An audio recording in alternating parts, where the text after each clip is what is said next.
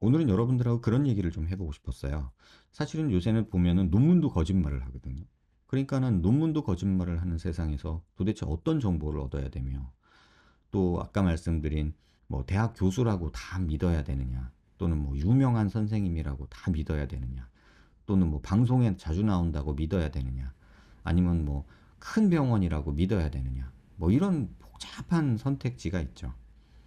그래서 그 얘기를 오늘은 뭐 정답은 어떻게 제가 제시해 줄 수 없지만 그 여러 가능성, 제가 판단하는 그 영역에 있어서 그래도 뭐 밥 먹고 이 집만 하는 이 제가 여러분들의 제가 보는 시각은 이러합니다. 그리고 여러분이 놓치고 있는 부분은 이런 부분이 있습니다. 이런 얘기를 조금 해드리고 싶었어요.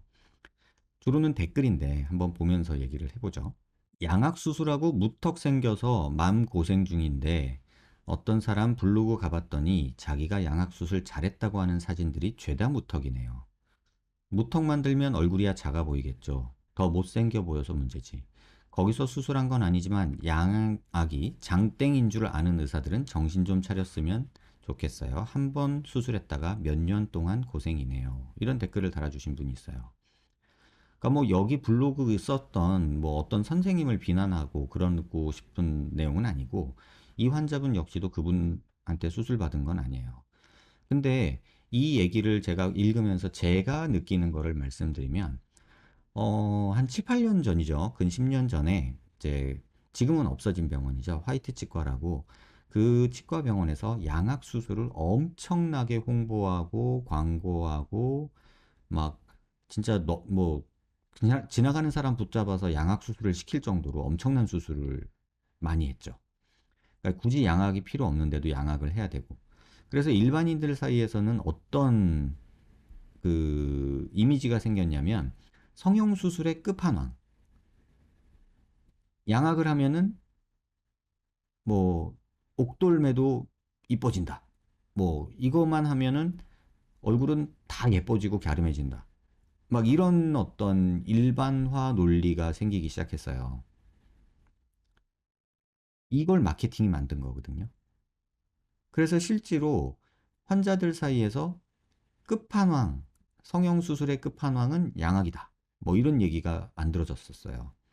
그러니까는 뭐 조금 비대칭이 있거나 조금 무턱이거나 뭐 조금 돌출이 비면 무조건 양악. 이렇게 해서 누구누구는 양악해서 인생이 바뀌었고 남편이 바뀌었고 여자가 바뀌었고 팔자가 바뀌었고 연봉이 바뀌었고 뭐 이런 식으로 이제 막 이미지 메이킹을 막 해준 거죠. 이제 거기에 방점을 찍은 게 이제 렛미인이라는 프로그램이죠. 그 프로그램에서 막 사회적으로 막 이렇게 억압되거나 또는 차별받고 나서지 못하던 사람들이 뭐 거기서 하는 어떤 메이크오버 수술을 통해서 또는 메이크업 또는 스타일링 또는 운동 이런 걸 통해서 아주 나이스한 모습으로 만들어주고 그러면서 아주 막 새로운 삶을 살게 되는 것 같은 그런 모습을 이제 방점을 찍었죠.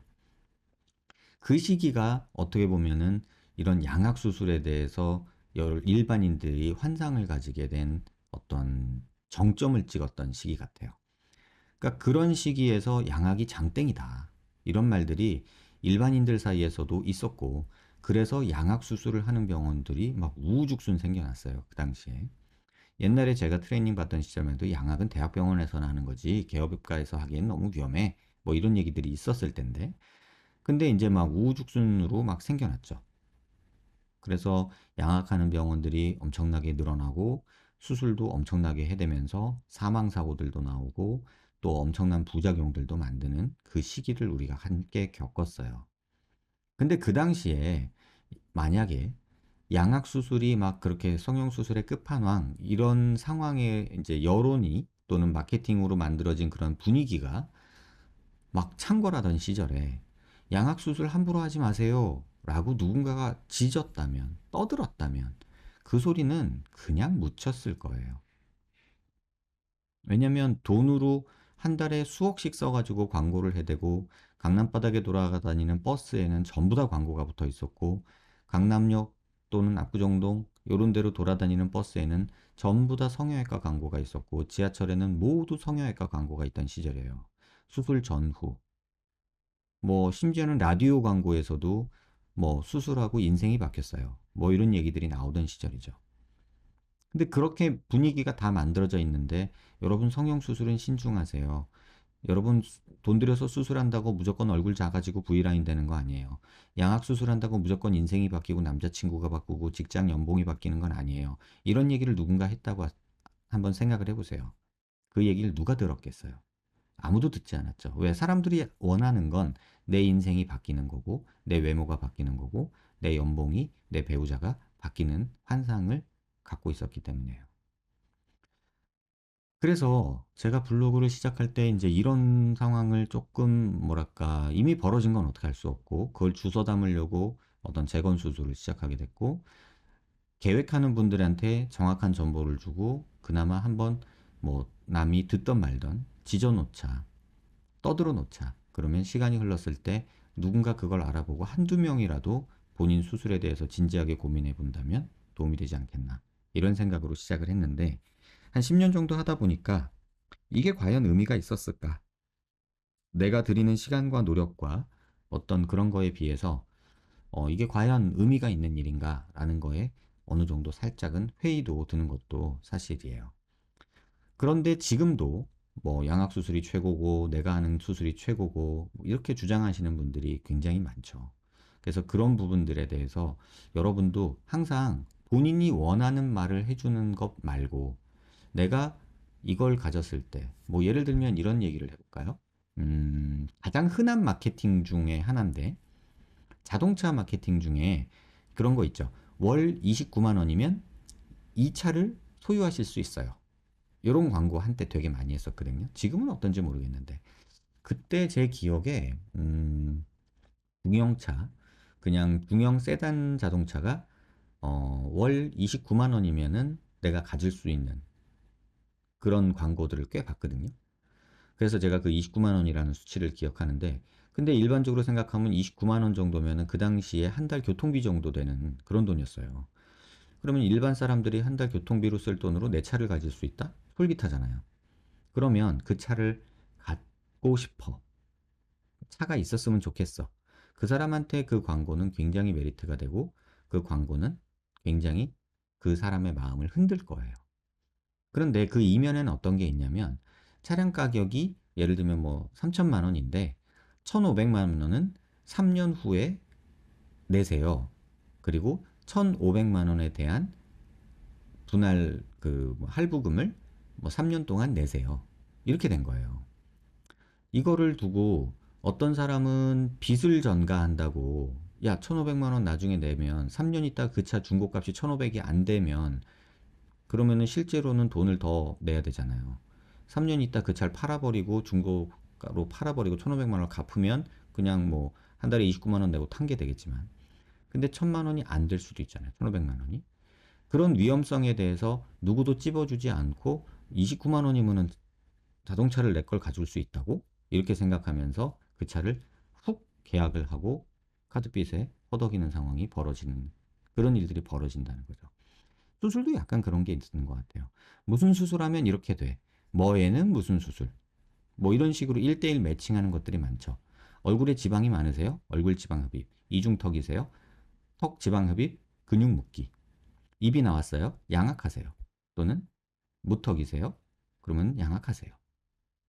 코가 낮으세요? 뭐 어떻게 하세요? 뭐 이런 식으로 1대1 매칭하는 수술들이 아주 쉽죠.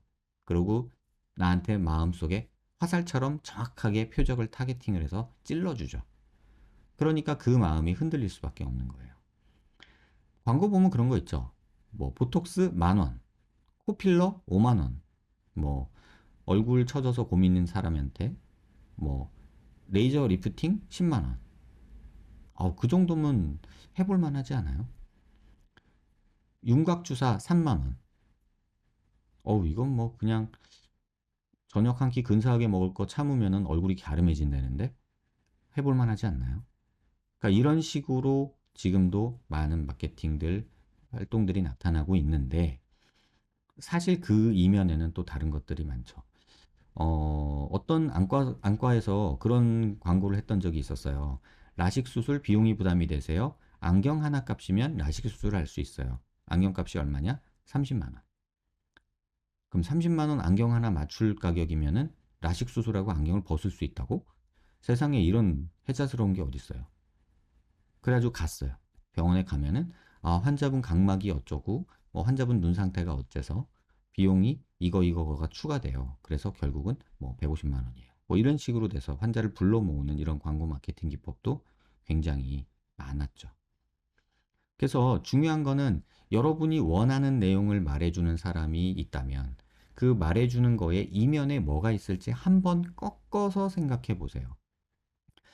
이건 너무 유혹적인데? 라고 생각이 든다면 그러면 그 이면에 안 좋은 면은 뭐가 있을까? 이런 식으로 한 번은 꺾어서 생각해 보세요. 그리고 누가 생각해도 너무 혜자스럽고 너무 막 나이스한 그런 것들은 한 번 더 고민해 보세요. 그게 내가 나중에 후회하지 않는 방법인 것 같아요. 좀 이런 식으로 이제 본인의 경험이 너무 아팠기 때문에 그렇게 주장하는 사람이 다 사기꾼 같고 다 나쁜 것 같고 이렇게 말할 수 있는 분도 있겠죠. 하지만 중요한 건 그 와중에도 그 과정에서 양악수술에서 진짜 인생이 바뀐 듯이 아주 예뻐지고 아주 나이스해진 그런 경우들이 존재한다는 거예요. 그럼 100명 수술에서 한두 명 그렇게 되고 한 10명이 아주 부작용으로 고생하고 그럼 그 수술은 의사 입장에서는 하면 안 돼요. 하지만 상업적으로는 그거를 한두 명 잘 된 거를 막 이렇게 널리 알려서 광고해서 더 많은 환자들을 수술하고자 하는 게 사실 저희가 지금 몸담고 있는 이쪽 미용업계에서의 가장 흔한 일이죠. 그러니까 이 얘기를 여러분이 보셔야 되고 아셔야 돼요. 그래서 뭐 무조건 내가 했는데 아니니까 나쁘다. 이런 얘기도 틀린 얘기고 내가 해봤더니 좋으니까 좋은 거다. 이런 것도 틀린 거예요. 그래서 제가 저한테 수술 받은 환자들한테 어디 가서 후기 쓰지 말라고 얘기하는 이유도 그 이유예요. 왜냐하면 어떤 환자가 잘 돼서 후기를 쓰잖아요. 욕하는 건 차라리 써라 이렇게 얘기를 해요. 왜냐하면 잘 돼서 수술을 하잖아요. 그러면은 대부분 90% 이상의 환자들이 그 환자 몇 미리 한 거예요. 그 환자 어떻게 한 거예요. 저도 그렇게 해주세요. 딱 그만큼만 해주세요. 이런 얘기를 해요. 근데 환자마다 케이스가 다르잖아요. 뼈 모양, 피부 두께, 얼굴 구강 구조 생긴 거 다 달라요. 그런데 그 사람이 그렇게 하고 예뻐졌으니까 나도 그렇게 하면 예뻐지겠지라는 그 논리적 추론이 인간은 생길 수밖에 없거든요. 그래서 제가 수술하고 저한테 선생님 너무 고마워요. 너무 결과가 좋아서 제가 후기 쓸게요. 그러면 제가 쓰지 말라 그래요. 왜냐면 그 환자 설득하는 게 더 힘들어요. 그 환자는 이래서 이렇게 한 건데 환자분은 이게 아니에요. 그래서 이렇게 하면 안 돼요. 환자분은 이렇게 하셔야 돼요. 이렇게 얘기하면 왜 말이 달라져요? 그 친구는 그렇게 해주고 왜 난 안 해줘요? 이런 식으로 또 판단하시는 분들도 존재해요. 그래서 이런 식으로 단답식으로 사람이 마음 흘러가는 방향을 눈에 보고 있으면서도 말리지만 못 말리는 경우도 존재한다는 거예요. 그래서 그런 부분들이 혼재해 있는 세상에서 이런 글을 보고 양악은 진짜 나쁜 거구나. 양악이 장땡이 아니구나. 응? 이런 의사들은 정말 나쁜 의사들이야. 면허를 취소시켜야 돼. 막 이런 얘기들이 또 막 댓글로 달릴 수 있고 달리기도 하거든요. 근데 그거는 또 아주 옳지는 않아요. 개중에 아무리 수술을 개발세발하는 정말 말도 안 되는 의사도요. 간혹 잘 되는 경우 생겨요. 그러면 또 그 잘 되는 경우 막 보여주면서 나 잘하지 라고 착각할 수 있어요. 그래서 의사들은 자기가 수술한 거를 계속 리마인드 해보고 리뷰해 봐야 돼요. 그래서 뭐가 빠졌고 뭐가 부족한지를 계속 고민해야 되는데 그게 태생적으로 안 되는 사람들이 있어요. 흔히 말하는 그 자뻑에 빠졌다 그러죠. 이 자뻑에 빠진 경우가 의사들도 있어요. 제가 보면. 그래서 그런 부분들도 감안을 하자. 그래서 조금은 중립적으로 양쪽 면을 한번 다 보는 그런 시각을 기르자. 그게 지금 제가 환자분한테 말씀드리고 싶은 부분이에요. 또 인터넷에 이런 글들을 지금 이 질문만 제가 최근 들어서 한 20번 받은 것 같아요. 모 선생님이 이런 얘기를 했죠. 근데 턱끝 전진술만 하는 경우는 2차 각이 생기지 않을 뿐더러 2차 각이라고 아예 칭하지 않는다던데요. CT상 보여지는 거는 시간이 지나면 매워지고 육안으로 보이지 않고 만져지지 않는다고. 오히려 그걸 절제하다 보면 함몰이 생긴다고. 이 글을 보면요. 이걸 주장하는 선생님이 누군지 저는 알고, 이 2차 각이 아니라고 말하는 이 글을, 이 내용을 보면요. 야, 진짜 그 흔히 말하는 요설이에요. 요설. 이거는. 그러니까 맞는 얘기와 틀린 얘기를 교묘하게 섞어 놓은 그냥 요설이에요. 자, 턱끝 전진술만 하는 경우 2차 각이 생기지 않을 뿐더러 이 말은 틀린 말이에요. 턱끝 전진을 하는 경우 2차 각이 생기지 않는 경우는 없어요. 무조건 생겨요. 다만 그 정도가 전진을 많이 하면 많이 생기고 전진을 조금 하면 조금 생겨요. 그리고 2차 각이라고 아예 칭하지 않는다 하던데요. 이거는 본인 생각이지 모두 다 이건 2차 각이다 라고 말을 하고 있어요. 근데 본인만 아니래요. 개턱으로 만들어 놓고 이건 개턱이 아니라 갸름한 겁니다 라고 얘기하는 거나 똑같아요. 이해되세요? 뾰족한 옆삼각형 얼굴을 만들어 놓고 이거는 갸름한 겁니다. 그러니까 예쁜 겁니다. 라고 얘기를 해요. 근데 누가 봐도 일반적으로는 개턱인데 이건 갸름한 겁니다. 라고 얘기할 수 있어요. 이건 정말 요설이에요. 요설. 근데 또 CT상 보여지는 거는 시간이 지나면 매워지고 이것도 맞아요. 제가 또 말씀 여러 번 드렸는데 2차 각이라는 게 결국은 뭐냐면 턱끝이 이렇게 있는데 여기를 잘랐다고 생각해 보세요. 그리고 이 뼈를 이 방향으로 전진을 시켜요. 그러면 턱이 이렇게 되겠죠? 이 뼈가 이렇게 되겠죠? 그러면 남아있는 뼈는 어떻게 되냐면 이렇게 돼서 이 라인 따라서 이렇게 갔다가 이렇게 될 거예요. 남아있는 뼈는. 그럴 때 우리가 여기를 2차 각이라고 표현하는 거예요. 왜냐? 턱이 매끈하지 않고 이렇게 꺾이니까 여기를 2차 각이라고 하는 거죠. 근데 이걸 2차 각이라고 아예 칭하지 않는데요. 그럼 뭐라고 칭하나요? 뭐 계단 현상. 계단 현상도 2차 각의 결과물이죠. 같은 얘기예요, 사실은. 근데 아예 칭하지 않는다? 이건 그냥 본인이 말하는 그냥 흔히 말하는 개소리고요, 이거는. 그래서 이렇게 CT상에 보여지면 시간이 지나면 메꿔지고 자, 이렇게 돼 있는 뼈가 있으면 뼈는 여기서 생기려고 해요. 이런 식으로. 우리 몸의 신비죠. 이런 데는 흡수가 되려고 해요. 이런 데는. 그러면 시간이 많이 지나면 결과적으로는 어떤 느낌의 모양이 되냐면 약간 요런 느낌이 만들어져요. 요런 느낌이. 그러면 채워진 것도 있지만 흡수된 것도 있어서 아주 뾰족하게 만져지는 계단이 아니었을 뿐 이런 계단 현상의 흔적은 남아요. 그런데 이건 시간이 지나면 매워진다. 뭐 여기 조금 매워지니까 틀린 말은 아니죠. 하지만 이게 매끈하게 이렇게 매워진다? 이건 완전히 거짓말이죠. 그러니까 이런 아주 미묘한 말장난들 속에서 여러분들이 정보를 취합하고 있는 거예요. 근데 이거는 해본 사람은 알고 수술한 결과를 CT로 오랫동안 봐온 사람들은 알죠. 그런데 모르는 사람들은 2차 각이라고 아예 안 부른다는데? 안 생기나 본데? 시간이 지나면 생겨도 매워진다는데? 육안으로 보이지도 않고 만져지지도 않는다는데? 오히려 그걸 절제하면 함몰이 생긴다는데? 그럼 2차 각은 무시해도 된다는 거고 생기지도 않는 거고 자 보세요. 일단 존재를 부정해요. 생기지 않는다. 존재를 부정해요. 그 다음에 아예 그렇게 부르지도 않는다. 그런 존재는 이름도 없다. 그런데 갑자기 논리의 전개를 보세요. 존재가 없어요. 이름도 없어요. 그런데 CT상 보여지는 그 2차 각처럼 사람들이 칭하는 그거는 시간 지나면 다 메꿔져. 그래도 존재하지도 않는데 이름도 없는데 혹시라도 생기더라도 시간 지나면 없어진다라고 얘기를 해요.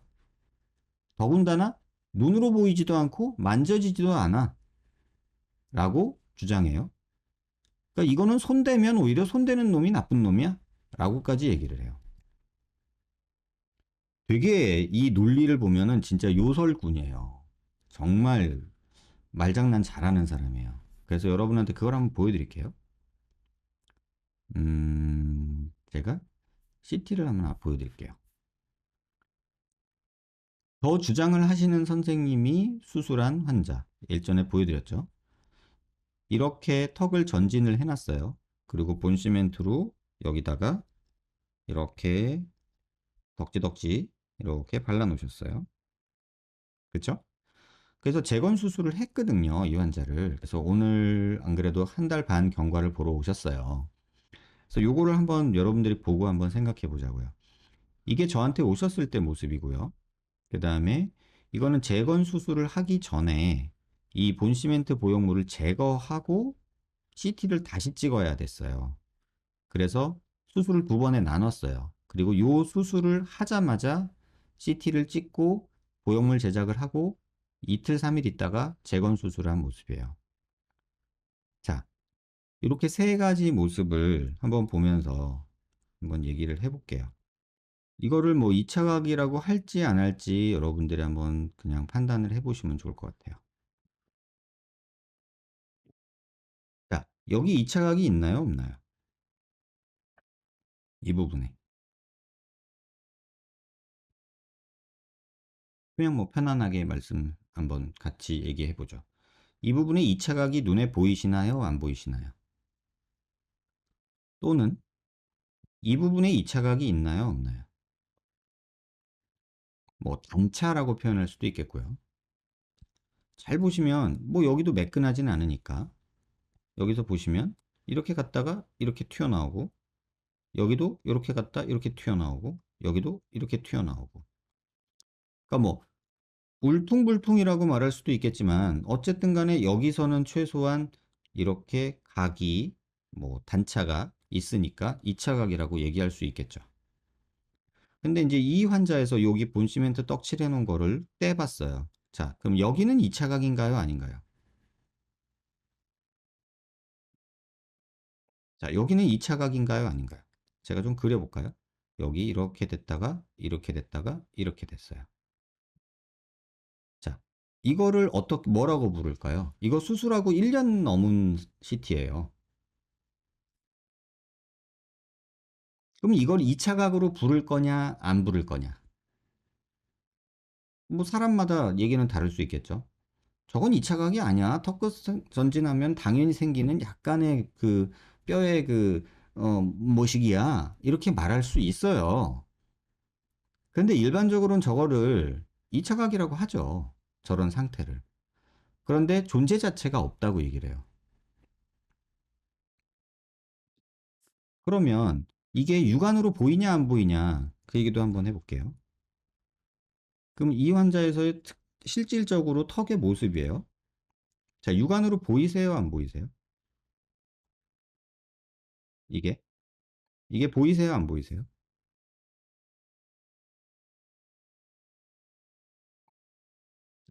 지금 보시면 여기 뼈 여기 단차 있는 데거든요. 자, 다시 보여드릴게요. 이 상태에서 여기 뼈 단차 있는 데인데 여기서 피부로 보면은 여기 보이시나요 안 보이시나요? 조금 확대해 볼까요? 이걸 안 보인다고 할 수 있나요? 그러니까 보이세요 안 보이세요? 근데 이걸 안 보인다고 얘기하는 거예요. 자, 그럼 반대로 이렇게 돼 있으면 이렇게 만져보면 만져질까요? 안 만져질까요? 이게 안 만져질까요? 이 갭 사이즈가 여기서부터 여기까지가 자로 재보면요. 대략 5mm거든요. 5mm 정도 뼈가 튀어나와서 그 단차가 있는데 그게 안 만져질까요? 제 경험으로 보면 환자들 한 2mm만 돼도 이렇게 자세하게 만지는 분들 계세요. 느껴진다고. 심지어는 여기에 얼굴에 정맥, 동맥이 지나가는데 그 정동맥이 수술하고 나서 만져진다고 저한테 여기 뭐 뻘떡뻘떡 움직이는 게 갑자기 생겼어요 라고 쫓아오시는 분들도 계세요. 이거 두께 1, 2mm밖에 안 되거든요. 근데 그러면 손 줘보세요. 저도 있어요. 이렇게 말씀을 드려요. 2mm, 3mm 정도 되는 것도 만져지는데 이걸 안 만져진다라고 말할 수 있나요? 그냥 주장하는 거예요, 그렇게. 잘 모르는 사람들한테 그렇게 주장하는 거예요. 자, 그럼 여기서는 어때요? 자, 이 보형물을 빼놨어요. 그럼 여기는 안 보일까요? 안 만져질까요? 여전히 만져지고 여전히 보여지죠. 이거를 지금 주장하듯이 육안으로 보이지도 않고 만져지지도 않는다고. 거짓말이죠. 시간이 지나면 매워지고 일부 맞고 일부는 틀린 얘기죠. 2차 각이 생기지 않을 뿐더러 생긴 거를 보여드렸잖아요. 2차 각이라고 아예 칭하지도 않는다. 이건 본인 생각인 거고. 존재를 부정하고 이름을 지워버리고 그 다음에 그래도 생긴 2차 각이 아닌 그 이상한 모습은 시간이 지나면 없어지고 육안으로 안 보이고 만져지지도 않고 그걸 절제하면 함몰이 생긴다. 이렇게 말하는 거죠. 제가 이 일을 안 했으면 이렇게 말하는 걸 들으면 그럴싸해 보여요. 이런 논리 구조, 이런 그 스토리 라인이 그럴싸해 보여요. 근데 일반인들이 이 글을 읽고서 그러면 전진수라면 2차가 안 생기고 만져지지도 않고 매끈하구나. 그러고 설사 조금 나온 게 있으면 근데 왜 절제해? 존재하지도 않는 거를 생기지도 않는 거를 왜 절제해? 지금 이 안에서도 논리가 틀리단 말이에요. 근데 사람들은 이렇게 저처럼 따지지 않아요. 아, 안 생기는구나. 없구나. 그런 이름조차도. 근데 보여지는 거는 뭐 2차각은 아닌데 뭐 시간 지나면 없어지니까 무시해도 되는구나. 육안으로도 안 보이고 만져지지도 않는구나. 그러니까 없는 게 맞네. 근데 있지도 않은 거를 절제하면은 함몰 생기겠지. 그러니까 절제 안 하고 내비두는 게 맞는 거구나. 이런 식으로 아주 요상한 논리 구조로 요설을 풀어놓은 거예요. 그럼 결과적으로는 이렇게 보자고요. 그럼 이 환자는 저한테 왜 왔냐는 거죠. 여러분들이 한번 보세요. 제가 물론 지금 수술하고 나서 한 달 결과라서 조금 부어 있고 뭐 완전하게 뭐 결과를 판단하기는 조금 어려워요. 아직도 부어 있고. 근데 오늘 환자분이 와서 저한테 그러시더라고요. 선생님 지금 많이 부어 있는 거예요? 그러길래 좀 많이 부어 있죠. 이제 한 달 반 됐는데 조금 더 빠져야 돼요. 라고 얘기했는데 이 환자는 저한테 선생님 안 빠졌으면 좋겠어요. 이렇게 얘기를 하더라고요. 자, 한번 피부 음영으로 보여드릴게요. 그래도 환자 프라이버시가 있으니까 눈 부분 조금 지우고 볼게요. 환자분이 그냥 본인 얼굴 다 보여줘도 된다고 했는데 그래도 그건 좀 아닌 것 같아서 눈 부분은 지울게요.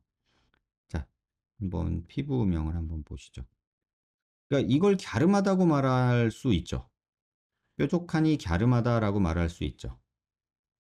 이거를 넙대대하다 말할 수 있죠. 뭐 선호할 수 있어요. 이거는 저는 얼굴이 너무 넓은 것 같아요. 저 뾰족하게 날쌍해지고 V라인 되고 싶어요. 라고 말하면 이게 더 예쁘다고 말하는 사람도 있을 거고 이게 더 좋다고 말하는 사람도 있을 거죠. 하지만 이제 제 입장에서는 얼굴 중심선에서 이렇게 선을 그어보면요. 일단 이 환자는 턱에 중심선이 안 맞아요. 그러니까 얼굴이 삐뚤 것도 있기는 한데 지금 보면 이게 수직선이거든요. 코, 얼굴 중심에서 중심선이에요. 입이 삐뚤죠. 아직 여전히. 근데 비대칭이 있어요. 그런데 이 턱 중심에서 여기는 너무 없고 이쪽은 튀어나왔죠. 그러니까 턱이 이쪽 방향으로 간다는 얘기예요. 턱이 이쪽 방향으로 이렇게 기울었다는 얘기예요. 근데 이 사진에서 보면 그 기운 게 없죠. 똑바로 떨어지죠. 일단 그게 중심선을 맞추는 게 제가 생각할 땐 첫 번째고 그 다음에 또 하나는 여기 꺼져 있잖아요. 이렇게 꺼져 있잖아요. 그 부분을 메꿔서 조금 턱 자연스럽게 만드는 거고 또 옆에서 이렇게 보면요. 여기 이렇게 늘어지고 패인 부분이 보이죠. 이렇게. 그리고 마치 여기 이중턱처럼 보이는 것도 있고 그 턱선을 이렇게 만들어 주는 거고요. 그 다음에 개턱이라고 말하는 이런 느낌, 그 다음에 여기 이렇게 패 있는 느낌, 이 느낌을 조금 귀밑각을 만들어서 안정감 있게 만드는 거죠. 근데 뭐 나는 뭐 옆모습은 모르겠고 난 정면에서 이렇게 뾰족하고 갸름한 게 좋은데 이게 예쁜 거야. 이건 넓잖아. 이건 U자잖아. 라고 말할 수도 있겠죠. 누군가는 그래도 V자가 낫지. 이거보단 이게 낫지. 누가 보면 또 그렇게 말할 수도 있겠죠. 그런데 일반적으로 봤을 때 이걸 좋아할 거냐, 이걸 좋아할 거냐, 모르겠어요. 뭐 사람마다 다르겠고 판단하는 그 미의 기준도 다르고 선호하는 모양도 다르니까 누군가는 이게 더 좋다고 할 거고 누군가는 이게 더 낫다고 할 거예요. 근데 그냥 제 개인적인 생각으로 그래도 일반인들이 뭐 다수가 절대 다수가 좋다고 할 모습은 이 모습이지 수술한 티 절절 나고 겉에서 이렇게 막 꺼져 있는 거 보이는 이 모습을 좋다고 하지는 않지 않을까? 이런 생각을 하게 되는 거죠. 하지만 이게 무조건 맞고 이건 무조건 틀렸다라고 저는 말 못해요. 왜냐면 누군가는 이게 좋아서 지금도 이렇게 하고 있거든요. 또 이게 더 예쁘다. 이게 더 예쁘다. 이게 더 예쁘지. 갸르마니. 이건 아이 얼굴 커 보이고 이게 넓어. U자야. 요새는 대세가 V라인인데 조금 비대칭이 있고 좀 여기 꺼져 보이긴 하지만 그래도 이게 이뻐. 이렇게 말하는 사람도 있을 수 있어요. 그럼 누구 말이 맞냐? 그거 뭐 싸울 거는 아니잖아요. 나는 짬뽕이 좋아. 나는 짜장면이 좋아. 뭐 이거 싸울 일이에요. 개인 선호도 문제지. 하지만 우리 그런 얘기는 할 수 있잖아요. 왠지 비 오는 날엔 그래도 짬뽕이지. 이렇게 얘기할 수 있잖아요.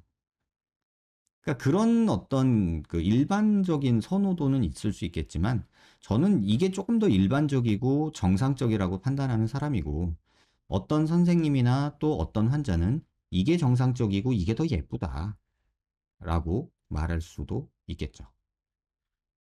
그래서 이런 어떤 그 복잡한 내용에서 여러분들이 이걸 중심으로 어떻게 잡냐는 거예요. 이 글을 읽고서 턱끝 전진술을 2차 각에 대한 이해를 만약에 한다면 이 사람의 요설에 흔들릴 수밖에 없죠.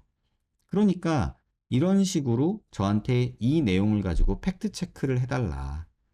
뭐가 사실이냐? 선생님 영상하고 다르다. 누구 말이 맞냐? 이런 질문을 작년 말부터 지금 계속 받고 있거든요. 근데 솔직히 지겨워요.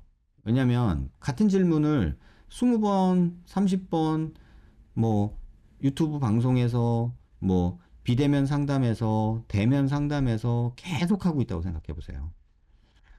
그러면 이제 저도 사람인지라 아우 이 개소리 하는 사람을 잡아다가 혼내주고 싶다.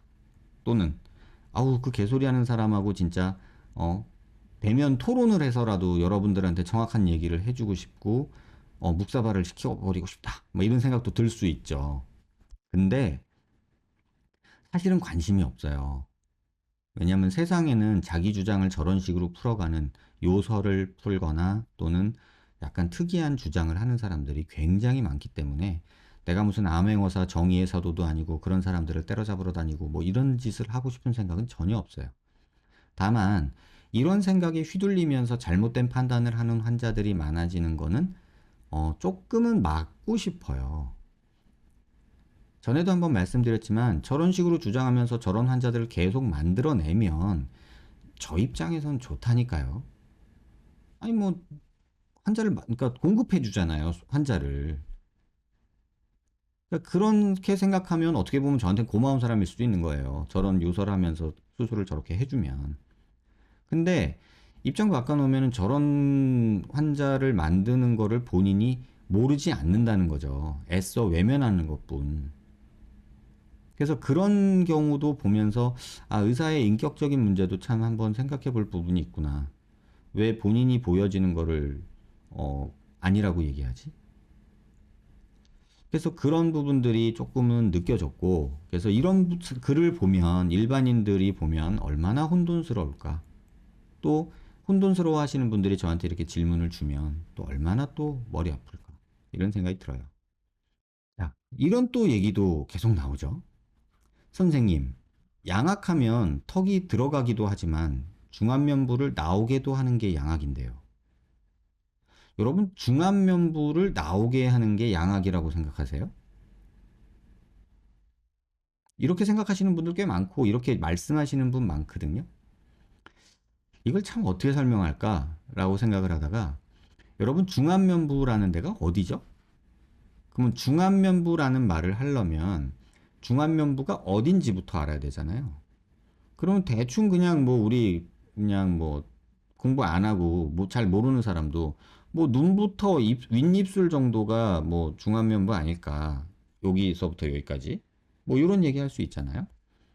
그러면 여기서부터 여기까지가 중안면부인데 양악수술은 코 밑에만 움직여요.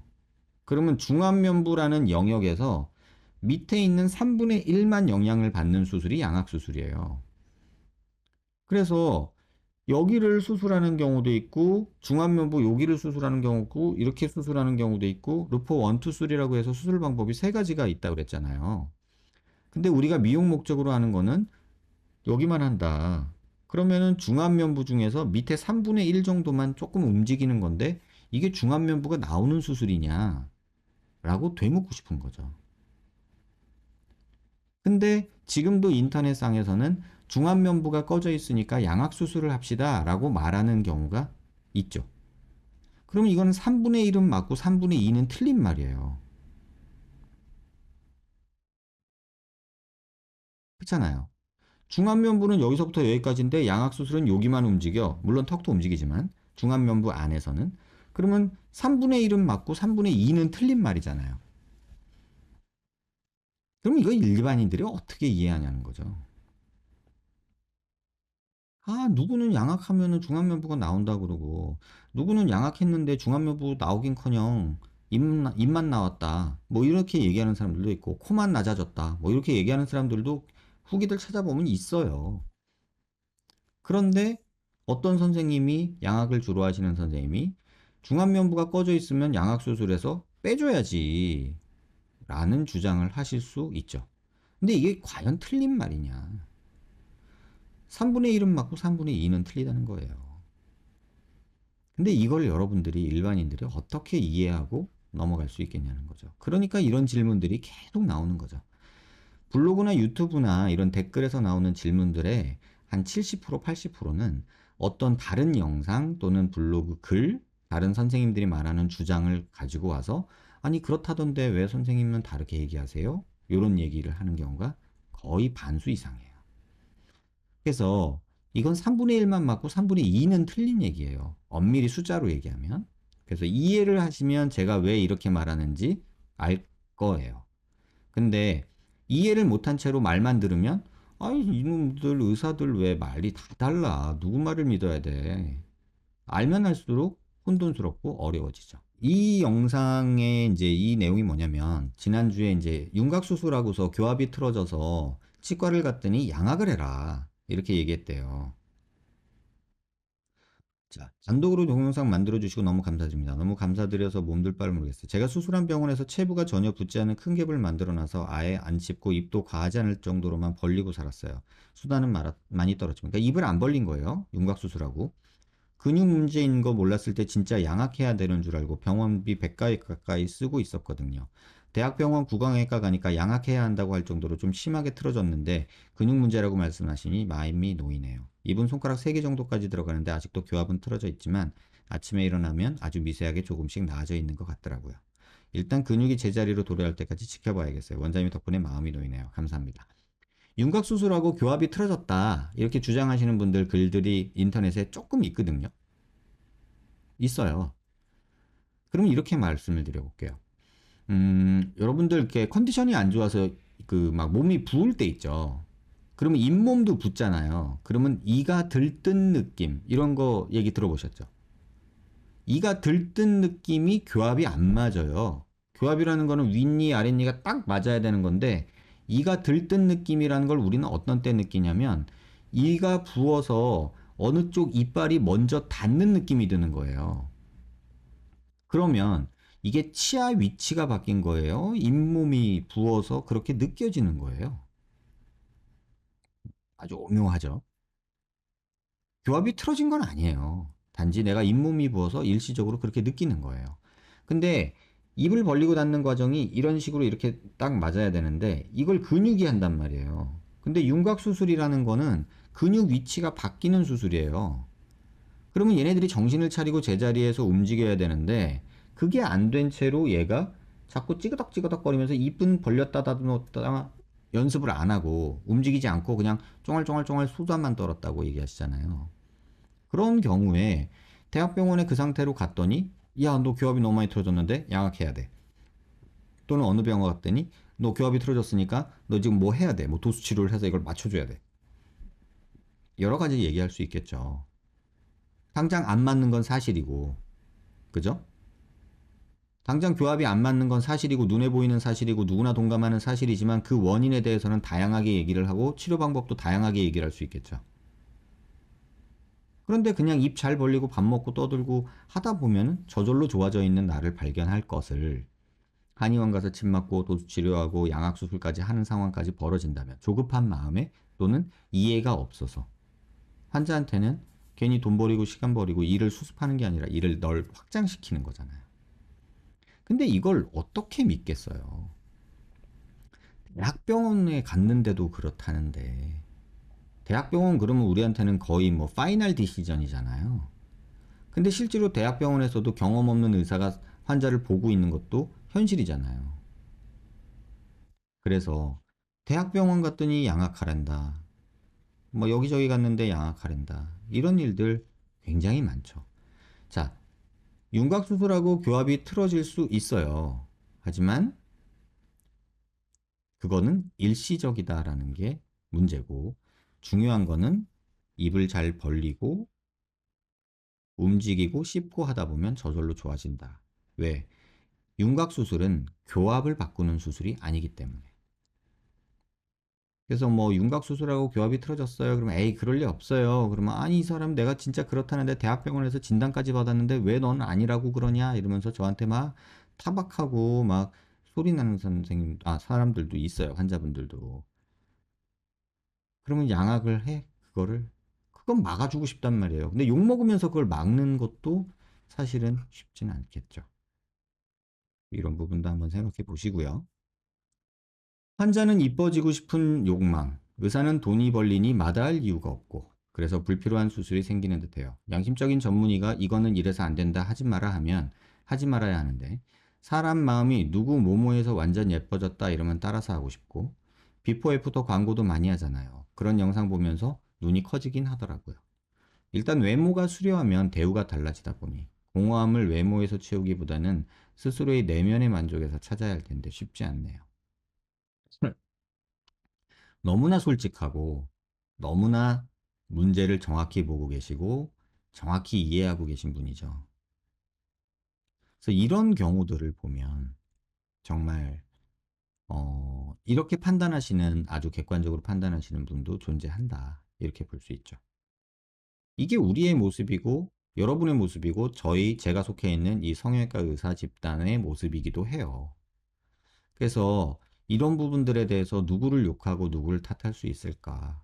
솔직히 그거에 대해서는 저도 아직 답이 없어요. 그래서 이런 아주 객관적으로 잘 이해하고 계신 분도 계신다. 이렇게 생각하시면 될 것 같고요. 저도 최 원장한테 하고 아직도 아래턱 심한 당김과 통증이 심해요.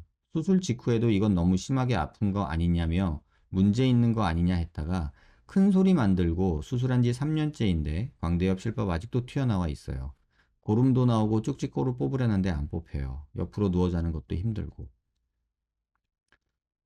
3종 받았고요. 블로그 보면 수술 시간 2시간이랬는데 저는 낮 12시쯤 들어가서 저녁 6시에 회복실 들어갔어요. 마취도 덜 깨서 시간 보니 6시더라고요. 그 수술 광고 중에 뭐 수술 시간이 뭐 1시간이다. 뭐 15분이다. 뭐 2시간이다. 뭐 이런 얘기로 광고하시는 선생님들 있잖아요. 근데 여러분들한테 제가 단도직입적으로 말씀드릴 수 있는 거는 수술은 100m 경주가 아니에요. 수술은 시간 제한이 없는 완성도 게임이지 시간 게임이 아니에요. 스피드 경기가 아니란 뜻이에요. 그 제가 가끔 그 보는 그 유튜브 내용 중에 그 히스토리 채널인가? 거기서 그 대장간에서 장인들이 칼을 만드는 그 경연을 벌이는 게 있어요. 그걸 가끔 보거든요. 근데 거기는 시간을 정해놓고 완성도를 보는 거예요. 시간을 정해놓고 몇 시간 안에 그 주제에 맞는 칼을 가장 완성도 높게 만들어라. 이거는 평가하기 위한 방법이에요. 그러면 여러분이 수술을 받는 환자 입장에서는 완성도 높은 수술을 원하세요? 아니면 완성도는 다소 떨어지더라도 빨리 끝나는 짧게 수술하는 걸 원하세요? 이거에 따라서 사람마다 또 다르죠. 완성도는 높으면서 시간도 빨랐으면 좋겠는데요? 이렇게 얘기하는 게 당연하겠죠? 그러니까 병원에서는 광고를 어떻게 해요? 나는 최고의 완성도를 그 누구도 따라올 수 없는 속도로 빨리 해. 수술 시간이 짧으면 왠지 회복도 빠를 것 같고 부작용도 적을 것 같잖아요. 그런 느낌 받잖아요. 왠지 수술 시간이 길어지면 우린 불안해지잖아요. 뭔가 잘못된 거야. 수술하다 문제가 생긴 거야. 뭐 드라마 같은 데도 보도 많이 나오잖아요. 보호자 밖에서 기다리고 있는데 3시간 걸린다는데 지금 6시간이 지났어. 무슨 일이 생긴 거 아니야? 막 이러면서 막 안절부절 못하는 모습들 나오잖아요. 근데 중요한 건 성형외과 수술은 완성도 게임이지 시간 싸움이 아니라는 거예요. 그렇다고 뭐 세워라 내워라 할 거는 아니지만 근데 빨리 하는 게 중요한 게 아니에요. 근데 일반인들은 빨리 한다라고 생각하면 왠지 잘할 거다라는 생각을 하죠. 근데 그것도 틀린 건 아니에요. 왜냐면 많이 하고 잘하게 되면 저절로 빨라져요. 빨리 하려고 빨리 되는 게 아니라 내가 익숙해지고 잘하게 되면 군더더기 없는 수술이 되면 빨라지고 정확해져요. 그러니까 엄밀히 말하면 병원에서 난 빨리 해요 라고 말하는 건 두 가지 의미가 있는 거예요. 나는 되게 많이 해봤고 되게 잘하기 때문에 빨리 해 라는 말을 하고 싶은 거예요. 되게 많이 해봤고 잘하기 때문에. 그거를 시간으로 말하는 거예요. 이걸 가지고 여러분들이 느끼니까, 그렇게 느끼니까 15분에 수술 끝나면 저 사람이 더 잘하는 것 같고. 우리 그거 있었잖아요. 옛날에 그 음식 프로그램 있었잖아요. 냉장고를 부탁해. 그거 보면은 15분 만에 요리를 해야 되잖아. 근데 그런 생각해 보신 적 없어요?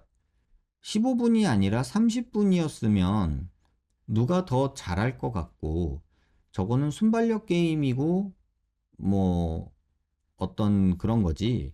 요리를 잘하는 거랑은 좀 다른 것 같은데? 이런 생각해 본 적 없으세요?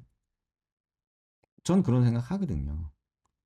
완성도 높은 작품을 만들고 싶고 그런 어떤 자기의 혼을 넣고 싶은 사람이 시간에 쫓기면서 작업을 하진 않아요. 근데 저는 개인적으로 수술은 단거리 스피드 게임이 아니다라고 생각을 해요. 완성도 게임이다라고 생각을 해요. 그렇다고 주구장창 수술을 천천히 느리게 하는 게 좋다는 뜻은 아니지만 시간에 너무 쫓기면서 수술하는 거는 결국은 말썽이 생긴다라는 생각을 저는 갖고 있어요. 어떻게 보면 초짜들이 시간 싸움을 해요. 수술을 정말 잘하시는 선배님들 보면 굉장히 느긋하게 수술하세요. 전혀 서두르지 않으세요. 근데 다 끝나고 시간을 재보면 그 누구보다 빨라요. 그 이유는 뭐냐면 많이 해봤고 군더더기가 없고 정확한 동작으로 수술을 마무리하기 때문에. 수술 중에 변수를 줄이기 위해서 본인한테 트레이닝된, 이건 누구한테 말로 말하기 힘든, 어떤 가르쳐주기 힘든 본인한테 습득된 그런 노하우들이 있기 때문에 군더더기가 없이 끝나요. 처음에 제가 수술 배울 때 어떤 선배님 수술을 보고서는 되게 수술 잘하신다, 되게 깔끔하네 이런 생각이 들었어요. 그래서 그 선생님 하는 거 그대로 흉내를 내봤는데 그게 안 되는 거예요. 뭐 피도 나고 막 내가 뭐 하고 싶은데 여기를 꼬매고 싶은데 여기가 정확하게 안 꼬매지고 막 그런 일들이 있었어요. 그래서 그 선배님 수술을 다시 보러 갔어요. 그러니까 그 선생님이 수술하는 거를 보고 흉내를 내보려고 해봤는데 그렇게 안 돼가지고 다시 보러 갔어요. 그랬더니 처음에 봤을 때 못 봤던 것들이 보이기 시작하더라고요. 아, 저때 기구를 저렇게 잡으시는구나. 아, 저거 하기 전에 저거를 살짝 하시는구나. 저게 그래서 내가 피가 났구나. 이런 것들이 막 피드백이 오기 시작하더라고요. 그러니까 이런 것들을 디테일한 것들을 책에 기술하거나 논문에 기술하거나 이러기가 힘들어요, 솔직히. 그래서 그 차이들이 존재한다. 그래서 누가 어떻다 저떻다 이런 얘기, 또 이 경험, 시간 싸움 이런 얘기들 안 했으면 좋겠다.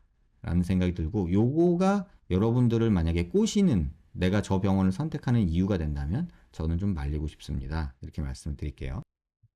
이 글은 그냥 한번 읽어드리고 싶어요. 음, 전 백 원장님한테 수술을 받은 환자는 아니지만 바로 저 최 원장한테 수술을 받았다가 제 CT도 영상에 나오네요. 크게 데이고 경과 확인차 백 원장님 병원에 몇 번 내원해 본 사람으로서 말하자만 개인적으로 더는 안면 윤곽이고 얼굴뼈고 해당 주제에 관해서 신경 쓰는 것 자체를 안 하고 싶거든요.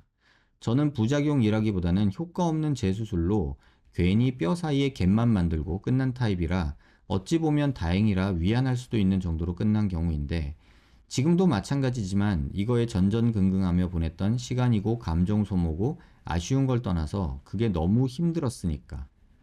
사실 원장님한테 감사한 마음이 굉장히 큰데도 맘 편히 원장님 채널 들어와서 영상 보고 이게 잘 안 되더라고요. 저한테는 이 수술 자체가 너무 안 좋은 기억으로 남아 있어서 그런가? 더는 머리 지끈거리기 싫다. 이런 방어 기제 같은 게 있나 봐요. 여하튼 저는 백원장 선생님을 처음 뵀던 이유가 다른 이유 때문이었어요. 제 수술 후 미미한 통증 때문이었는데 이건 수술 후에 다 있을 수 있는 부분이라고 생각하고 가서 CT 찍어보니 광대가 벌어져 있고 안 부러져 있어야 할 부분이 부러져 있었어요. 예상치도 못했던 결과를 받아들이고 그 병원 가서 설명을 요구하니까 어디 다녀오셨어요 하면서 백원장님 말하니까 아 그놈 학교 후배가 뭘 알지도 못하면서 이러고 씩씩거리고 화내더라고요. 다른 병원 원장님을 말하니까 그분은 따로 검색까지 해가면서 출신 대학을 찾더니 지방의대 나왔다고 무시하고. 근데 참고로 제가 선배인데 환자들한테는 이런 식으로 얘기하나 봐요. 그러니까 이런 것도 보면은 좀 재밌어요. 나중에 얼굴 보면 한번 얘기를 해봐야겠죠? 그리고는 제 뼈가 자기가 일부러 벌려놓은 거라고. 이 말이 사실은 저는 정말 어, 많이 들었던 말이에요. 그 병원에서 온 환자들이 이 얘기를 되게 많이 해요. 일부러 벌려놨대요. 이렇게 수술하는 사람 전 세계에 나밖에 없다고 얘기하고. 이게 정말 문제인 것 같아요. 일부러 벌려놓은 거라고. 그래도 마음에 안 들면 지금 당장 붙여놓겠다고 날짜 잡으라고 하고 나갔어요. 환자 몸을 사람 몸으로 안 보니까 저런 소리 하죠. 수술한 지 한 달도 안 된 시점이었거든요, 저 때. 저는 백정 원장님께 수술 받아본 적이 없어서 이렇다 저렇다 성형외과 의사로서 이분을 평할 수는 없지만 적어도 대한민국 미용 성형 중에 특히 얼굴볼 분야에서 한정해서 이분이 이렇게 나서서 대중들에게 일반인이 접하기 힘든 정보를 꾸준하게 접할 수 있게 해주신다는 것 자체가 크고 좋은 영향력이라 생각해요. 의사마다 의견이 갈릴 수는 있어도 누군가 이렇게 입증할 수 있는 자료에 근거해서 공개적으로 계속 얘기하면 다른 병원에 가서도 사람들은 물어보거든요. 그럼 다른 의사들도 입을 열 수밖에 없어요. 그전엔 그냥 안면윤곽 3종이니 시어쫄골이니 병원에서 마케팅용으로 만든 용어로 수술 방법 이해하고 수술에 올랐던 환자들 이제 사정이 다르단 겁니다. 이거 굉장히 큰 발전이라고 생각해요. 누구나 처음은 큰 포부를 가지고 열정적으로 몰입해서 일하지만 원장님처럼 꾸준히 해오는 거 정말 쉬운 일 아니잖아요. 그간의 노고가 원장님 개인의 이익을 위한 것이었든 뭐든 저를 비롯한 꽤 많은 환자들에게 아무리 못해도 큰 위로와 안심으로 다시 일상에 돌아올 수 있게 해주셨을 겁니다. 감사합니다, 원장님. 하고 이렇게 얘기를 마무리 지어주셨어요. 이 글을 제가 보면서 여러 가지 생각이 들었어요. 사실은 제가 바랬던 거는요. 최 원장을 나무라고 싶지도 않고, 뭐, 그렇게 살아라. 뭐, 이렇게 얘기하고 싶지, 뭐, 나무라고 싶고, 비난하고 싶고, 그런 마음은 없어요, 솔직히 말하면. 그냥 좀 안타깝지. 일부러 벌려놓았다고요? 이걸로 어떻게 환자한테 얘기를 할 수 있을까? 그러니까 환자한테 이렇게 얘기하는 거를 제가 지금 6년, 7년째 보고 있거든요. 다 똑같은 멘트예요. 일부러 벌려놓은 거라고 얘기를 해요. 그러면 6, 7년째 자기가 계속 이렇게 벌려놓고 일부, 그 환자를 만들고 있는 게 일부러 그러는 거라는데, 그럼 그 일부러 그러는 거라는 거를 블로그에다가 이유를 좀 설명해 줬으면 좋겠는데, 그런 건 없다고 얘기하죠. 자기가 수술한 분류압 없고, 이렇게 얘기를 하죠. 저는 이분이 이 글이 제일 마음에 들어서 이 글을 여러분들한테 공유해 드린 거예요. 제가 원하는 게 이거거든요. 이해하기 힘든 지식을 여러분한테 꾸준히 접하게 해주면 누구 말이 맞고 누구 말이 틀리고 이런 걸 떠나서 입증할 수 있는 자료에 근거해서 공개적으로 계속 얘기하면 환자들도 병원에 가서 물어볼 수 있고 의사들도 거기에 대해서 대비하게 되고 또는 거기에 수긍하게 되고 또는 거기에 반발하는 또 묘한 요소를 풀어놓을 수도 있고 개소리를 널어놓는 사람도 나올 거예요. 이제는 마케팅 용어가 아닌 어떤 원리를 이해하고 환자들의 수술을 선택하게 해주는 게 제가 생각하기에는 가장 중요한 일인 것 같아요. 저한테 수술 받으라고 말해주고 싶은 얘기는 없어요. 다만 여러분이 선택을 할 때 내가 받는 수술이 최소한 뭔지는 알고 받자. 그리고 그거를 단순히 의사가 말했다, 이렇게 말했다, 자신감 있게 말했다, 내가 듣고 싶은 얘기를 해주고 그런 거에 너무 휘둘리지 않았으면 하는 바람에서 유튜브나 블로그를 시작했는데 그래도 이렇게 글로 남겨주시는 분이 있는 걸 보고 그래도 내가 시간 들이고 공 들이고 이렇게 해서 도움받은 사람이 있었고 내 의도를 이렇게 정확히 이해해주는 사람이 있었다는 게 한편으로 마음으로 감사하더라고요. 확실히 성형수술은 기능학적, 미용학적으로 감당할 수 있는 범위에서 성형을 집도하는 게 정석이 맞는데 요즘 성형외과 죄다 과도한 집도임, 무슨 수술법이네 하면서 마치 최신식 기술이 들어간 마냥 광고하고 그 안에 들어가 있는 무서운 부작용과 기능적 오류의 문제들은 숨겨버리고 입 벌린 소리로 환자들 현혹만 시킴. 내가 쓰는 수술법은 다른 수술법에 비해 효과가 크네 마네 하면서 어떤 수술법에 비해서 장점이 이렇다네 하면서 환자들 들뜨게 만들어버림. 아무런 개념도 정립이 되지 않은 일반인들은 그냥 당하는 거지 말빨에 넘어가서 수술받아 보니 아 이거 X된 것 같은데 그때서야 알게 됨. 그래서 병원 찾아가서 이상하다고 따지면 집도인은 그 환자한테 바로 가스라이팅 모드 들어감. 환자의 기준이 이상한 것이다. 환자도 그 말에 심리를 지배를 받고 지배를 당하다 보니 내 기준이 이상한가 하고 스스로 서서히 인정하게 됨. 분명히 이상한데 심리적 지배를 당함. 의사는 수술 잘 되었다는 등 수술에는 일반인이 납득도 못할 논리로 얘기를 하고 설명하면서 절대로 수술에는 문제가 없다고 얘기함. 가스라이팅 시킴. 그리고 이거 성형외과 의사들이 특기인 게 절대 잘못 인정 안 함. 환자를 개호구로 취급하는 의사들 많음. 내가 수많은 성형외과 의사들 만날 때마다 듣는 게 한 놈도 빠짐없이 지가 제 수술 최고라고 함. 이건 거기 상담실장들도 같이 거들어줌. 무슨 놈이 제 수술 최고가 일이 많냐. 마지막 닥터 김사부의 명언을 인용해서 한마디 남긴다면 대한민국의 본인이 성형 수술 최고라고 떠드는 의사들아 최고의 의사가 되기 전에 환자에게 필요한 의사가 되어라. 최고의 의사는 그 후에 돼도 늦지 않다. 많은 생각이 들죠? 이런 글들 보면. 저도 동감해요. 뭐 이렇게 내가 잘났다고, 내가 최고다, 내가 제일 많이 해봤다. 이런 글들을 그렇게 겁없이 공개적으로 얘기할 수 있을까? 제가 그랬잖아요. 자뻑이 심한 분들이 좀 있다고. 근데 그런 분들의 특징이 자기 반성이 없어요. 심지어는 자기 환자 수술하고 경과도 보지 않아요. 제가 전에도 말씀드렸죠. 제가 최고의 의사가 되고 싶지만 아마 되지 못할 거라고요. 제 홈페이지 제 인사말에 보면 최고의 의사가 되고 싶다라고 안 했어요. 최고의 수술 결과를 만들어 드리겠습니다라고 안 했어요. 최선의 선택을 하자고 말을 했어요. 왜냐면 오늘의 최고가 내일은 최고가 아닐 수 있기 때문에.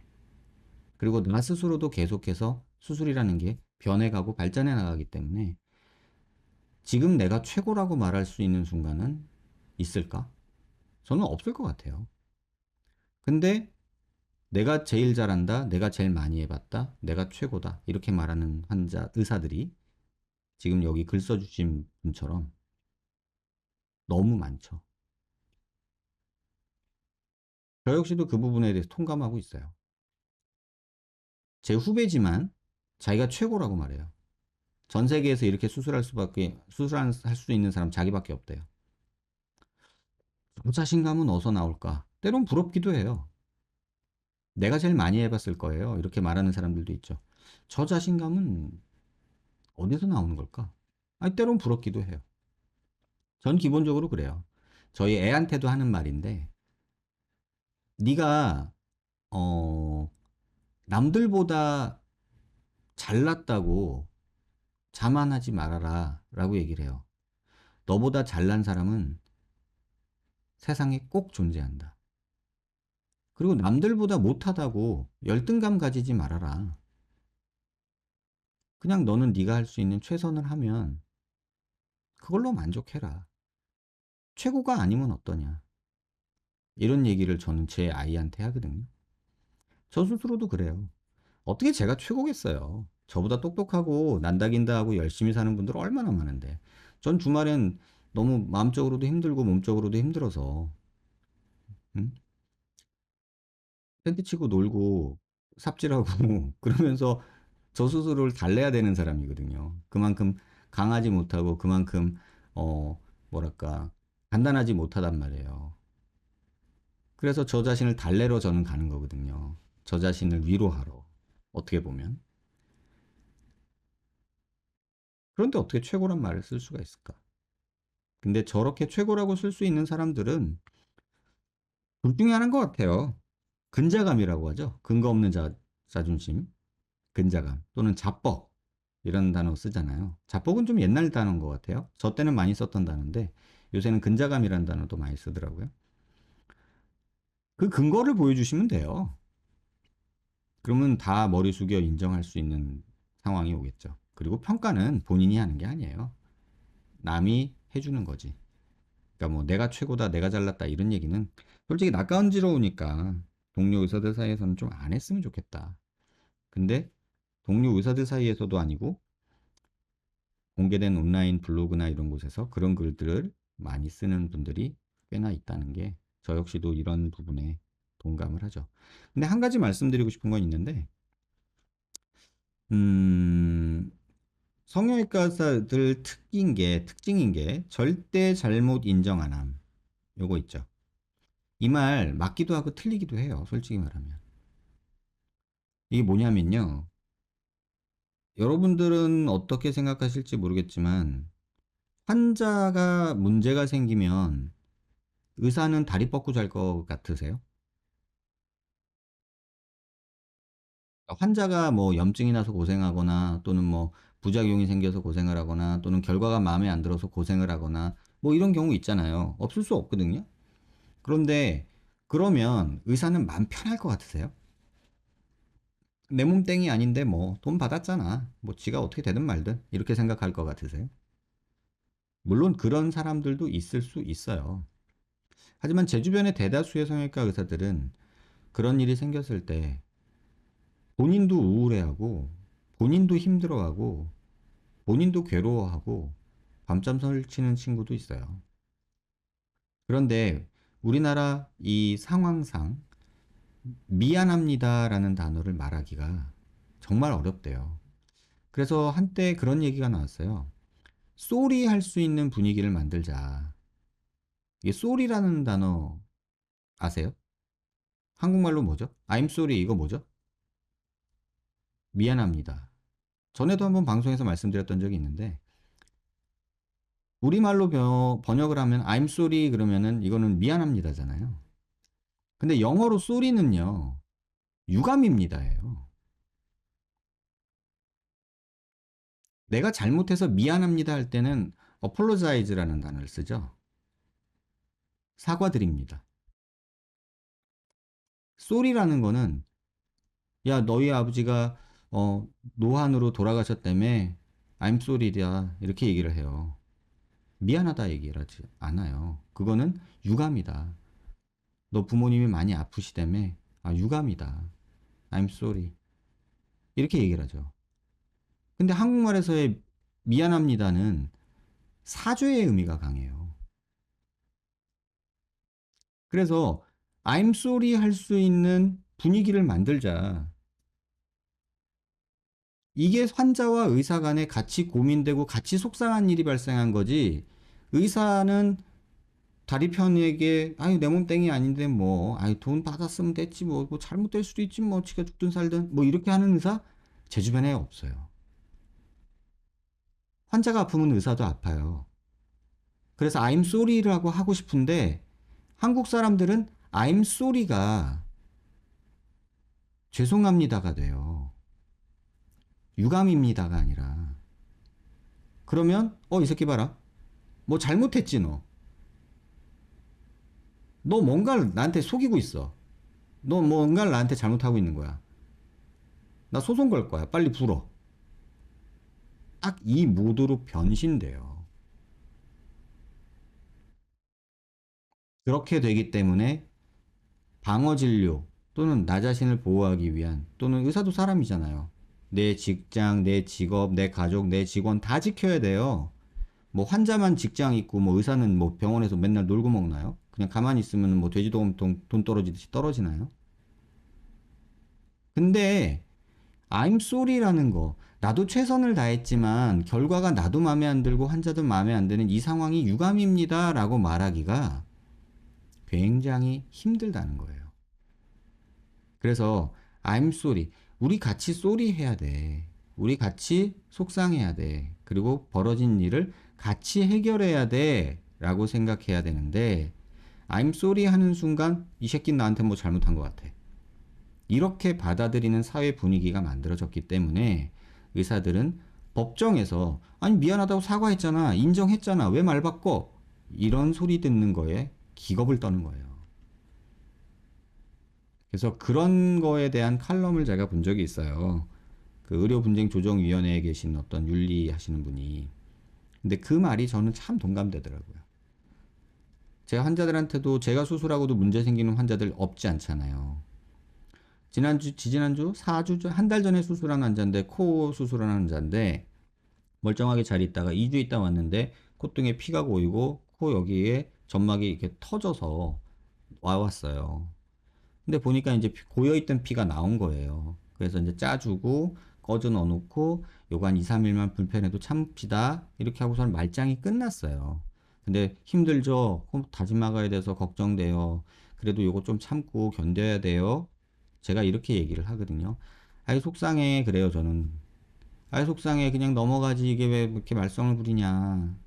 힘들죠? 이렇게 얘기를 하거든요. 근데 그 상황에서 아 원장님 저도 죄송해요 제 몸이 왜 이렇죠 이렇게 얘기하시는 분도 있고 어떤 분은 선생님 뭐 잘못된 건가요 걱정해야 되는 상황이에요 막 이렇게 불안에 떠는 분들도 있고 아 뭐예요 2주면 되는 거 아니었어요 뭘 잘못한 거 아니에요 뭐 그때 뭐 수술할 때 바빴던 것 같은데 뭐 말썽 생긴 거 그것 때문에 그런 거 아니에요 대충 한 거 아니에요 막 이런 식의 의심의 눈으로 바라보는 분들이 있어요 그럴 때 이렇게 원장님 고생해 주셨는데 이게 제가 뭘 관리를 잘못한 건가요? 또 자책하시는 분들도 계세요.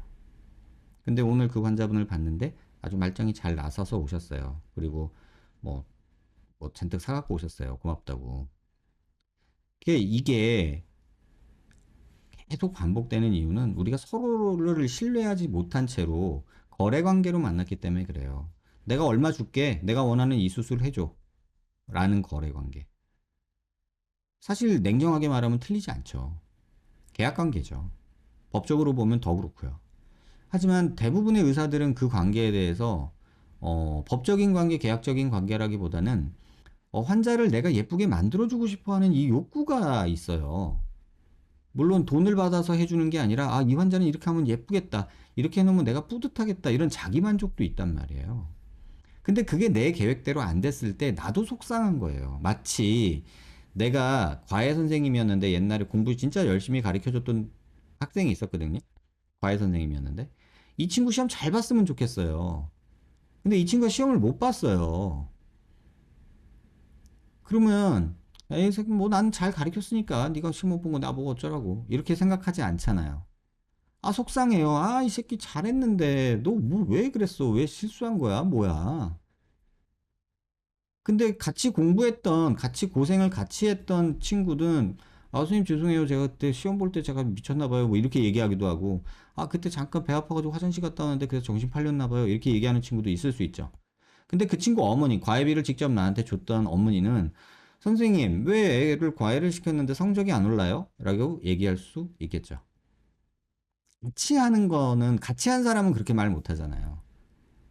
근데 돈을 지불했던 사람은 그렇게 얘기할 수 있어요. 엄마는.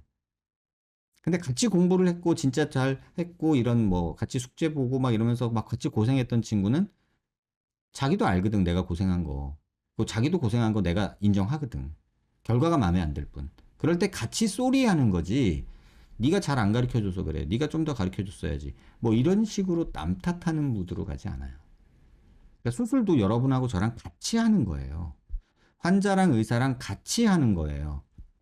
근데 수술하고 나서 술 먹고 담배 피고 밤새 클럽 가서 춤추고 염증 나서 오는 분들도 있거든요. 아침에 술 냄새가 나요. 그런데 염증 났다고 수술 뭐 잘못한 거 아니냐고 타박하는 환자도 좀 겪어봤어요. 눈이 시뻘겋게 충혈돼 있고요. 아침에 왔는데 술 냄새가 풍겨요. 그런데 염증 났다고 저한테 와요. 수술 후 관리는 환자랑 같이 하는 거잖아요. 제가 시키기밖에 더 하겠어요. 뭐 맨날 가가지고 뭐 어떻게 해줄 수도 없고. 그러니까 이런 부분들이 존재하기 때문에 서로 쏘리하기가 힘든 거예요. 근데 같이 하는 거라는 생각이 있으면 서로 쏘리하고 더 나은 방향으로 문제 해결을 위해서 같이 노력할 수 있겠죠. 단순히 돈을 주고 내가 원하는 걸 얻는 물건 사는 듯한 계약 관계, 거래 관계가 아니라면. 근데 최근의 분위기는 그냥 계약 관계인 거죠. 그러니까 여러분들 이런 글들 하나하나에 저도 하루에도 몇 번씩 수많은 생각들이 스쳐 지나가요. 또 어떤 지적도 있었어요. 알려주시는 건 좋은데 성형외과 전문의가 아닌 일반인 환자는 당연히 모를 수밖에 없고 수술받는 환자가 해부학책 보고 공부할 필요는 없겠죠. 그냥 들은 정보를 조합해서 자기 나름대로 생각하는 게 당연한 거 아닐까요? 거기다가 자기 얼굴이니 당연히 절박해서 그러는 걸 텐데 틀린 부분 꼬집어내실 때 너무 우스워하면서 비웃듯이 얘기하시는 것 같아요. 적절한 지적이시고 이게 저도 참 반성해야 될 부분 같아요. 근데 또 여러분한테 변명 아닌 변명을 하자면 같은 질문을 계속해서 이렇게 받고 있고 같은 이런 논리를 펼치는 분들이 계시거든요. 그러니까 대표적인 예가 이런 거죠. 제가 환자분한테 여러분들한테 가끔 얘기 드렸던 거 있는데 양말 두 개 신으면 키 커지나요? 이렇게 질문을 드릴 때가 있어요. 그러면 그 질문을 만약에 제가 받았다 그러면요. 의사인 저는 양말 두 개 신으면 키 커집니다. 양말 두께만큼. 이렇게 말을 하겠죠. 근데 사람인 그냥 일반인 백정환으로 답을 드리면 야, 그 양말 두 개 신는다고 그 키가 티가 나냐? 누가 알아봐 그거. 티도 안 나. 뭐하러 그런 짓을 해? 라고 얘기할 거예요. 왜 두 가지 같은 질문에 두 가지 답을 하고 있죠? 반대로 또 이런 얘기 해볼게요. 소금 넣으면은 국이 짜지죠. 맞죠? 근데 소금을 한 톨을 넣으면 짜져요? 티도 안 나요. 근데 이 얘기를 어떤 환자가 이런 식으로 해요. 소금 넣으면 짜지잖아요. 맞아요. 근데 왜 소금 넣는데 안 짜진다고 그래요? 짜져야 정상 아니에요? 양이 적잖아요. 아니, 소금 넣으면 짜지잖아요. 양이 적다고요. 티가 안 난다고요. 아니, 그래도 어쨌든 소금 들어갔으니까 짜질 거 아니에요. 이런 식으로 논리를 펼치면 네, 짜져요. 근데 뭐 맛보면 비슷할 거예요. 라고밖에 말 못해요. 그거를 아유, 그게 짜지는 게 아니잖아요. 라고 얘기하면 이제 저도 짜증스러워지는 그런 말, 비웃는 느낌 이런 것들이 생길 수 있을 것 같아요. 근데 뭐 그런 얘기 하잖아요. 무리를 걸을 수 있을 것 같아요. 안 돼요. 아니에요. 이렇게 왼발 빠지기 전에 오른발 내밀면 무리를 걸을 수 있어요. 아니, 그게 안 돼요. 사람 움직이는 게 그렇게 빨리 못 해요. 아니, 정 안 되면 이렇게 표면 장력을 높이려고 발밑에다가 기름칠을 하면 되지 않을까요? 될 것 같은데 왜 안 된다 그래요? 뭐 이런 식으로 계속 물고 늘어지면 제 입장에서는 그래요. 그냥 한번 해보세요, 그러면. 근데 저는 안 된다고 분명히 말씀드렸어요. 이렇게밖엔 안 되더라고요. 이런 영역이 존재해요. 왜냐하면 절대적인 OX 문제를 푸는 논리를 가지고 오신 분인데 그걸 제가 확률적인 문제로 풀어드리려니 이게 해결이 안 되는 거죠. 하지만 제가 뭐 비웃거나 우습고 보여서 그런 건 아니고 제 스스로에게 짜증이 나는 거예요. 아, 이 똑같은 질문에 대한 이 맨 똑같은 레파토리 내가 이걸 계속 답하고 있는 게 이게 뭔 짓인가? 이런 생각이 부스부스 들 때가 있어요. 그럼 때 하는 말이 또 있어요. 환자분한테 제가 지금 수술을 하고 싶지가 않아요. 수술을 하라고 하는 얘기도 아니에요. 근데 왜 저한테 그런 식으로 말씀하세요? 저는 설명드리는 입장이지 지금 수술시키려고 꼬시는 것도 아니고 뭐 이런 입장이고 하라는 것도 아닌데 이런 얘기를 또 하게 돼요. 그러니까 저는 제 의견으로 제 판단으로 제 경험으로 여러분들한테 경험과 판단을 전달드리는 겁니다. 그러니까 저랑 디베이트 하진 마세요. 선택은 본인이 하시면 돼요. 이렇게 얘기를 하는 거예요. 근데 때로는 현타 오고 내가 막 지치고 아, 막 지겹다. 저 레파토리 정말 지긋지긋하다. 뭐 이런 거 있거든요. 몇 가지들. 뭐 그런 거 대표적인 거 그냥 몇 가지만 얘기해 드리면 광대 줄이면 턱 커져 보이잖아요. 그래서 같이 해야 되는 거 아니에요? 턱 줄이면 광대 나와 보일까 봐 걱정돼서요. 광대 같이 해야 되는 거 아니에요? 코 높이면 눈 몰려 보이지 않아요? 얼굴에 핀 박으면은 엑스레이 통과할 때 공항에서 삐 소리 나지 않아요? 뭐 이런 레파토리들이 있거든요. 맨 환자들 맨날 묻는 거. 그러니까 이거를 계속 반복하고 있는 게 조금 현타 오죠. 그래서 제가 고쳐야 되는 부분이긴 한데 이게 직업적인 숙명이기도 한데 조금 안타까워요. 자, 이 글도 한번 우리 좀 한번 생각해 볼 내용이 있어요. 지난번 타 병원 광대 지읍 소견 관련해서 댓글 달았던 사람입니다. 결국 상담해 주신 해당 원장 병원이 추가적인 설득으로 광대 지읍했고 지금 5, 6주 지나 결과 너무 만족하고 있습니다. 광대 수술 후에 남아있던 광대 융기가 지금은 엄청 매끈하게 빠져 있네요. 쭈그람도 없고 처짐도 없고 울퉁불퉁함도 없습니다. 담당 원장 선생님께서도 절대적인 흡입량 자체가 적기도 했고 현재 시점에서 지금 수준이면 1, 2년 지나도 처짐 없을 거라 말씀하십니다. 처짐이 있을 만한 케이스는 미리 있을 거라 얘기한다 하시더군요. 관련 영상이 뜬 걸 우연히 발견하고 이런 경우도 있다는 걸 알려드리고 싶었습니다. 이후에도 기억나면 6개월 주기마다 또 경과 알려드릴게요. 건강하세요.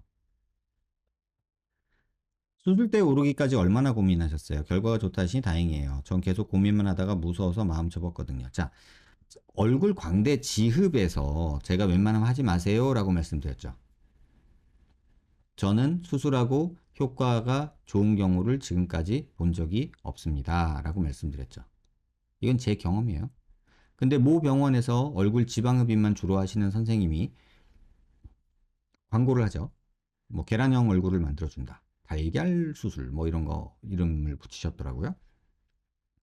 근데 내용을 보니까 뭐 어떻게 한다라는 수술에 관한 디테일은 없고 그냥 본인은 책도 썼고 수술을 잘한다.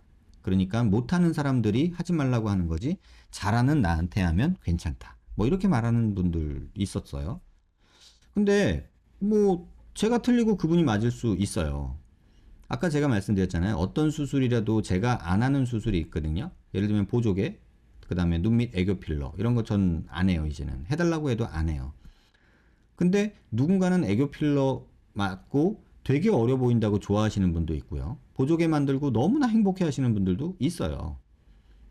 그러니까 그 방법이 틀렸다라는 건 아니에요.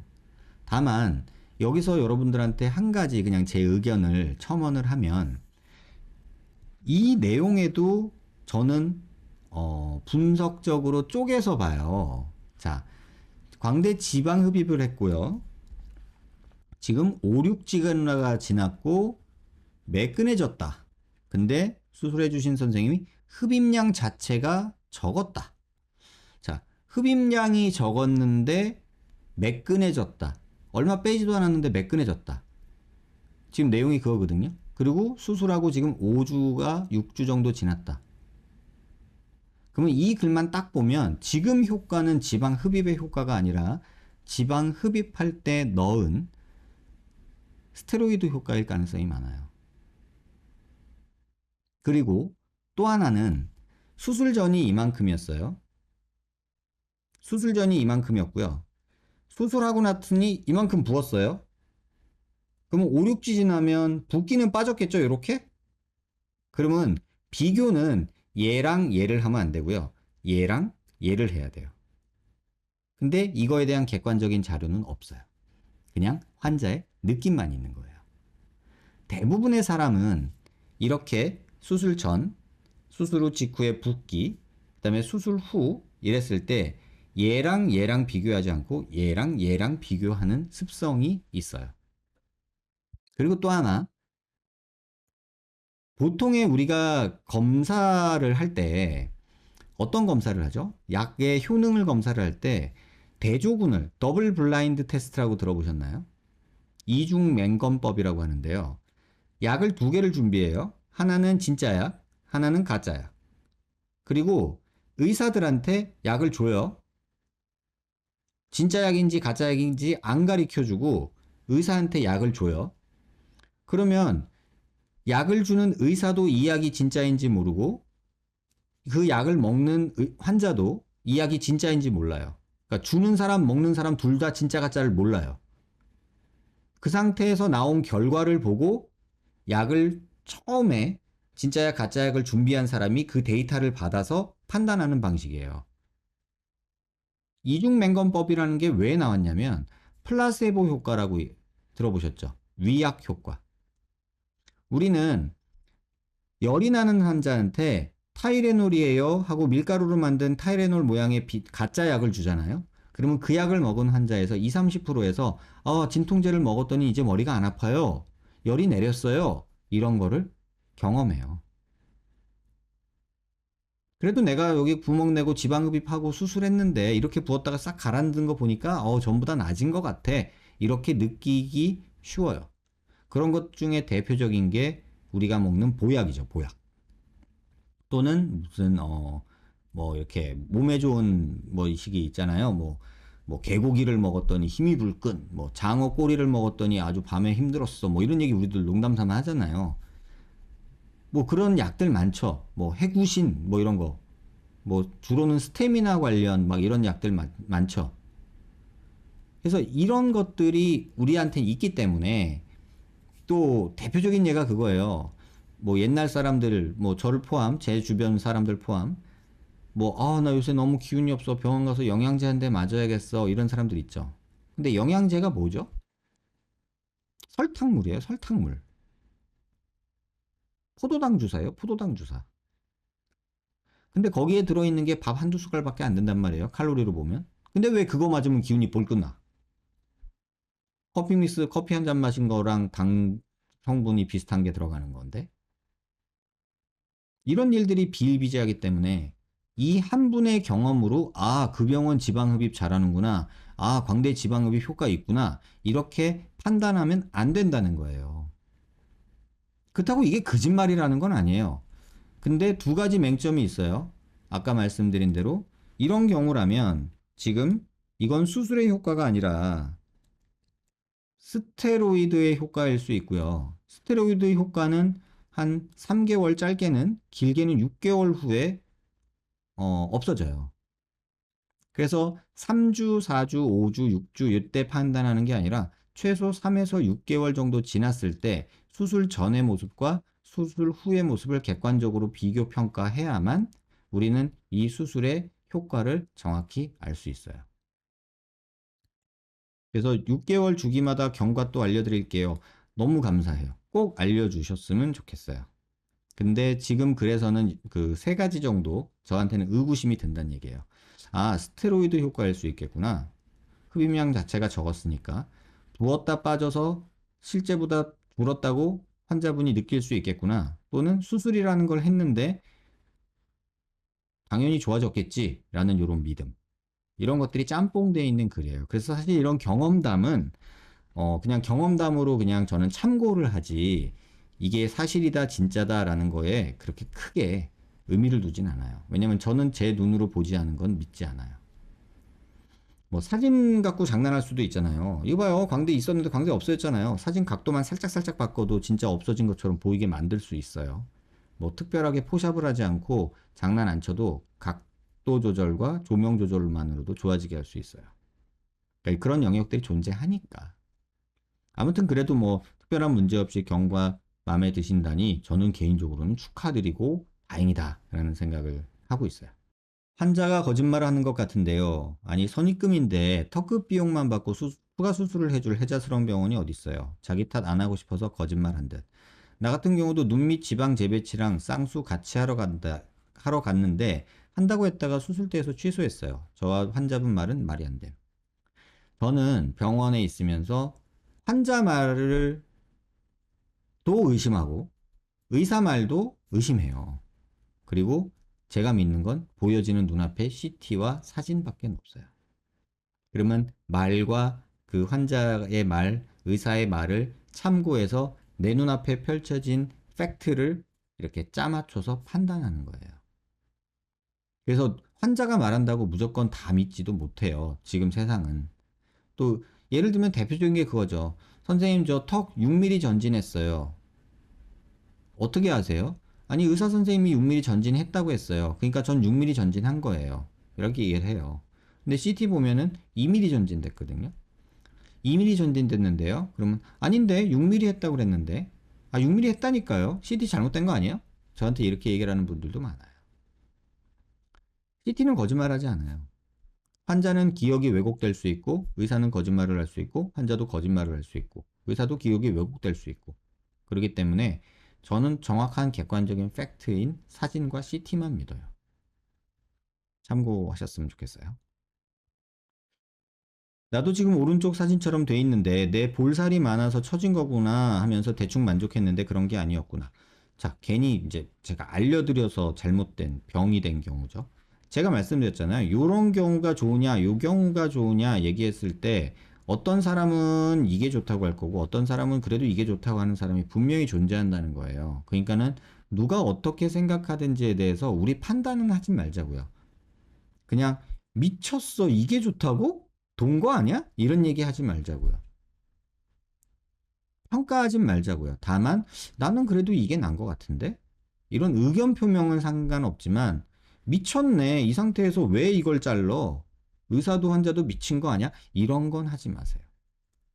왜냐하면 개인 취향일 수 있고 그게 그 사람의 선택이잖아요. 그게 좋을 수도 있어요. 현실적으로도 실제로도. 그러니까 그런 생각은 너무 안 하셨으면 좋겠고요.